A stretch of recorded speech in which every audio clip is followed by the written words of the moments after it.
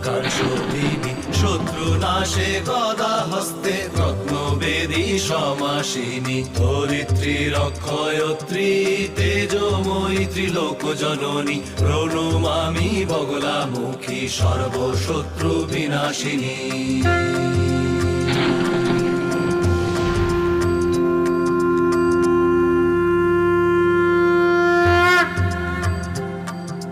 সুবর্ণকান্তি কমলা দেবী বিষ্ণু শক্তি স্বরূপিণী, গজবর্ষিত অমৃত স্নাতা চতুর্ভুজা সনাতনী, পদ্ম বরাভয় হস্তে জগৎ পালনকারিণী, প্রণমামি কমলা দেবী সর্বসৌভাগ্যদায়িনী।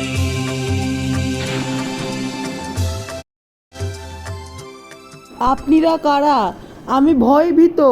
আমার সতী কই?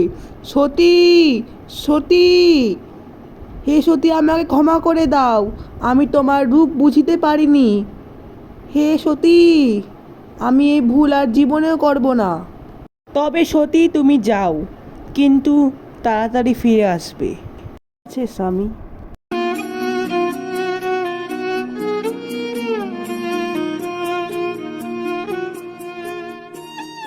তোমাকে তো আজ্ঞা দিতে আমি বাধ্য হলাম সতী।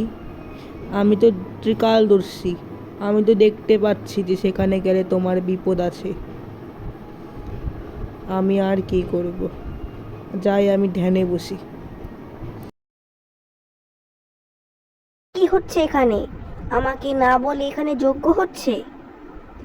বরং আপনি আমাকে তো ভুলে যেতে পারেন, তবে দেবাদিদেবকে ছাড়া তো আজ পর্যন্ত কোনো যজ্ঞই সম্পূর্ণ হলো না, ওনাকে ছাড়া যজ্ঞ করছেন। সতী, এই যজ্ঞস্থানে তোকে কে নিমন্ত্রণ করেছে? আমি তো তোকে নিমন্ত্রণ করিনি। তবে যখন তুই এসেই পড়েছিস, তখন বাইরে গিয়ে বস তোর স্বামীকে নিয়ে। যজ্ঞ শেষ হলে আমি তোকে ভিক্ষা দিয়ে দিব। আপনি আমাকে ভিখারিনী বলছেন? আপনি আমাকে যা খুশি তা বলতে পারেন, তবে আমার স্বামীর নিন্দা আমি সহ্য করতে পারি না।